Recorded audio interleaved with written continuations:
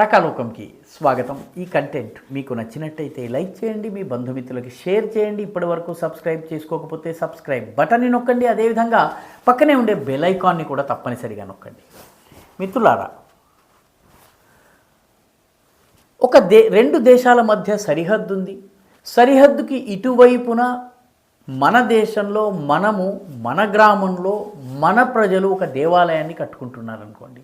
సరిహద్దుకు అటువైపున ఉన్నటువంటి దేశంలో అక్కడ ఉన్నటువంటి ప్రజలకు భద్రతా దళాలకి కడుపు మండితే దాన్ని ఏమనాలి? కడుపు మండడమే కాదు, వాళ్ళు సరిహద్దు దాటి వచ్చి ఈ మందిర నిర్మాణాన్ని తక్షణమే ఆపాలి, లేకపోతే మా మనోభావాలు దెబ్బతింటున్నాయి కాబట్టి మీరు ఈ మందిరాన్ని ఆపేయండి అని చెప్పి డిమాండ్ చేసి భౌతిక దాడులకు దిగారనుకోండి, దాన్ని ఏమనాలి? మత దురహంకారపు పరాకాష్ఠ అనాలి, మత అసహనపు చరమశిఖరి అని చెప్పాలి. ఇటువంటి సంఘటన కూడా జరుగుతుందా అని మనలాంటి చాలామందికి అనుమానం రావచ్చును, కానీ జరిగింది. అస్సాంలో జరిగింది. అస్సాంకి బంగ్లాదేశ్కి ఉన్నటువంటి సరిహద్దు ప్రాంతంలో జరిగింది. బంగ్లాదేశ్ నుంచి అక్కడి భద్రతా దళాలు, ముఖ్యంగా బార్డర్ గార్డ్స్ బంగ్లాదేశ్, బీజీబీ అంటారు, ఆ బార్డర్ గార్డ్స్ బంగ్లాదేశ్కి చెందినటువంటి సాయుధులు వెపన్స్ని, తుపాకులను, రకరకాల ఆయుధాలను తీసుకుని సరిహద్దు కంచెను దాటి వచ్చి ఒక సరిహద్దులో ఉన్నటువంటి మన వైపు ఉన్నటువంటి భారతదేశానికి చెందినటువంటి హిందూ గ్రామంలో మానసాదేవి మందిరం నిర్మాణం అవుతుంటే ఆ మందిర నిర్మాణాన్ని అడ్డుకునే ప్రయత్నం చేశారు. ఎందుకు మందిర నిర్మాణాన్ని అడ్డుకున్నారు?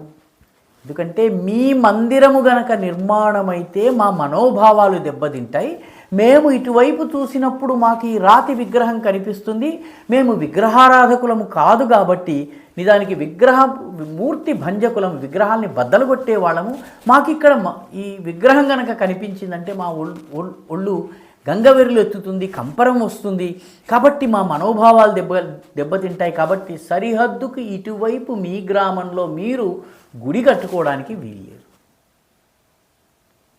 ఆశ్చర్యం ఏంటంటే ఈ సంఘటన డిసెంబర్ 5వ తారీఖున జరిగింది. డిసెంబర్ 5వ తారీఖున బంగ్లాదేశ్ చెందినటువంటి బార్డర్ గార్డ్స్ బంగ్లాదేశ్ సిబ్బంది ఆయుధాలతో సరిహద్దు దాటి భారతదేశంలోకి వచ్చి అక్కడ శ్రీభూమి అనే జిల్లా ఉంది. ఆ శ్రీభూమి జిల్లాలోని సరిహద్దు గ్రామంలో స్థానిక హిందూ జనాభా నిర్మాణం చేసుకుంటున్న మానసాదేవి మందిర నిర్మాణాన్ని అడ్డుకోవడానికి వచ్చారు. నిర్మాణ పనిలో ఉన్నటువంటి వాళ్ళని బెదిరించారు. నిజానికి మందిరం కావాలన్నది అక్కడ ఉన్నటువంటి హిందువుల చిరకాల వాంఛ. స్థానిక ఎంపీ అయినటువంటి ఆ ఎంపీ పేరు కృపానాథ్ మల్లా. కృపానాథ్ మల్లా 3 లక్షల రూపాయలు మందిర నిర్మాణం కోసం ఇచ్చారు. ఈ 3 లక్షలతోటి మందిరం నిర్మాణం అవుతుందంటే ఎంత చిన్న మందిరమో మీరు ఊహించవచ్చును. అంత చిన్న మందిరాన్ని కూడా సరిహద్దుకు అటువైపు ఉన్న వాళ్ళు సహించే స్థితిలో లేరు. అది ఇక్కడ విషాదం. వాడు వచ్చి ఈ నిర్మాణాన్ని ఆపు చేయాలని చెప్పి డిమాండ్ చేశారు. ఈ శ్రీభూమి అనే జిల్లాది కూడా ఆసక్తికరమైనటువంటి చరిత్ర. ఎందుకంటే 1947లో దేశ విభజన జరిగినప్పుడు ఒక జిల్లా ఉంది. ఆ జిల్లా పేరు శ్రీహట్ట జిల్లా. ఈ శ్రీహట్ట జిల్లా మాకు కావాలని పాకిస్తాన్ అడిగింది, మాకు కావాలని భారతదేశం అడిగింది. అప్పుడు అక్కడ ఓటింగ్ చేయించారు. ఓట్ల ద్వారా తేలినటువంటి ఏకైక ప్రాంతము శ్రీహట్ట జిల్లా. శ్రీహట్ట జిల్లాని ఇంగ్లీష్ వాడు పలకలేక సిల్హట్ అన్నాడు. ఆ సిలెట్ అనేదే ఉండిపోయింది. ఈ సిల్హట్ జిల్లా మొత్తము ఒక తాలూకా మినహా మిగతా అంతా కూడాను పాకిస్తాన్కి వెళ్ళింది. ఇప్పుడు అది బంగ్లాదేశ్లో ఉంది సిల్హట్ అనే పేరుతోటి. మన దేశంలో ఉండిపోయినటువంటి ప్రాంతానికి కరీంగంజ్ అనే పేరుంది. ఈ కరీంగంజ్ జిల్లాకి రవీంద్రనాథ్ ఠాగూర్ ఒకానొక సమయంలో వచ్చినప్పుడు ఆ భూమిని ఇది సిరులొలికే భూమి, ఇది శ్రీభూమి అన్నారు. హిమాంత విశ్వశర్మ అస్సాంకి ముఖ్యమంత్రి అయిన తరువాత కరీంగంజ్ అన్న పేరును తొలగించి రవీంద్రనాథ్ ఠాగూర్ యొక్క పుణ్యస్మృతిలో దాన్ని శ్రీభూమిగా మార్చారు. శ్రీభూమిగా మార్చగానే నిరసనలు వచ్చాయి. భారతదేశంలో కాదు, సరిహద్దుకి అటువైపున ఉన్నటువంటి బంగ్లాదేశ్లో. కరీంగంజ్ని శ్రీభూమి చేసినా, శ్రీభూమి కరీంగంజ్ అయినా బంగ్లాదేశ్కి సంబంధం ఏమిటి? కానీ ఊరేగింపులు జరిగాయి, ఉద్యమాలు జరిగాయి, నిరసన ప్రదర్శనలు జరిగినాయి. అక్కడ ఏకంగా భారత వ్యతిరేక నినాదాలు ఇవ్వడం జరిగింది.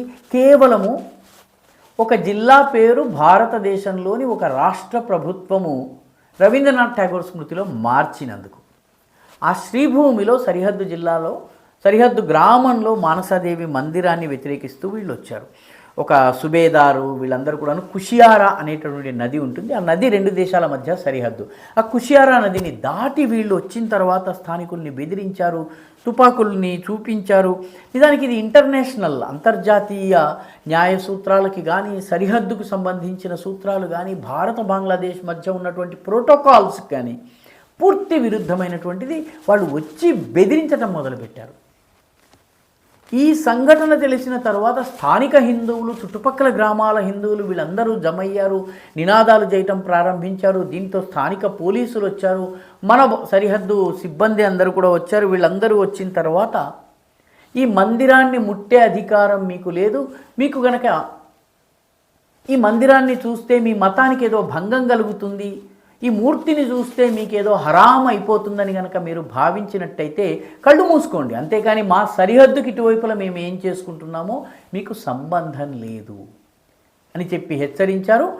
బీఎస్ఎఫ్ కూడాను మీకు ఈ రకంగా రావడం అనేది సరైనది కాదు, దయచేసి వెళ్ళిపోండి, లేకపోతే మేము తగినటువంటి చర్యలు చేపట్టాల్సి ఉంటుందని బెదిరించిన తరువాత ఈ జన సందోహాన్ని చూసి, హిందూ చైతన్యాన్ని చూసి మన పోలీసులు అధికారులు వీళ్ళందరూ రావడం చూసిన తర్వాత నెమ్మదిగా బార్డర్ గార్డ్స్ బంగ్లాదేశ్ సిబ్బంది తోకముడిచి పారిపోయి వెళ్ళారు. అంటే సరిహద్దుకి ఇటువైపుల మన భూభాగంలో మందిరం కట్టుకుంటేనే ఇంత ప్రతిక్రియ ఉంది, ఇంత దౌర్జన్యానికి పాల్పడుతున్నారు, ఇంత మతాంధత, మత దురహంకారము, మత అసహనము ఉంది. బంగ్లాదేశ్లో ఉన్న హిందువుల పరిస్థితి ఏమిటి? బంగ్లాదేశ్లో ఉన్నటువంటి హిందువులకి ఏ రకమైనటువంటి ఇబ్బందులు ఎదుర్కొంటున్నారో మనం సహజంగానే ఊహించవచ్చును. ఎందుకంటే ఈ శ్రీభూమి జిల్లాకి అటువైపున ఉన్నటువంటి బంగ్లాదేశ్ తాలూకా పేరు జాకీగంజ్. ఈ జాకీగంజ్లో ఉన్నటువంటి ప్రజలు ఈ గుడిని కట్టొద్దని చెప్పి ఉద్యమం చేస్తున్నారు. సరిహద్దుకి ఇవతల మన భూభాగంలో గుడి కట్టొద్దని చెప్పి సరిహద్దుకి అవతల ఉన్నటువంటి వాళ్ళు ఉద్యమం చేస్తున్నారు. మతాంధత యొక్క పరాకాష్ఠ, మత అసహనపు చరమశిఖరి ఇది. బంగ్లాదేశ్లో ప్రస్తుతము రాజ్యమేలుతున్నటువంటి మత దురహంకారం ఏ స్థాయిలో ఉందో దానికి వాళ్ళకి అంతర్జాతీయ న్యాయ సూత్రాలు, సరిహద్దు నిబంధనలు, నియమాలు, అదేవిధంగా రెండు దేశాల మధ్య ఉన్నటువంటి ప్రోటోకాల్స్ ఇవి కూడా పనికి రాకుండా వాళ్ళు సరిహద్దు దాటి వచ్చి బెదిరింపులకి దిగటం జరుగుతోంది. ఇంత ఘోరమైనటువంటి సంఘటన డిసెంబర్ 5న జరిగింది. మన మీడియా పెద్దగా రాయదు, ఎందుకంటే దీనికి ఏదో శ్రీభూమి సరిహద్దు జిల్లా అది పెద్దగా పట్టదు. కానీ బంగ్లాదేశ్లో ప్రస్తుతము రాజ్యమేలుతున్నటువంటి దుష్ట మానసికతకి ఇది అద్దం పడుతుంది. ఈ వీడియో మీకు నచ్చినట్టయితే లైక్ చేయండి, షేర్ చేయండి, ఈ ఛానల్కు సబ్స్క్రైబ్ చేయండి. మీ అభిప్రాయాన్ని కమెంట్ల రూపంలో తప్పనిసరిగా పంపించండి.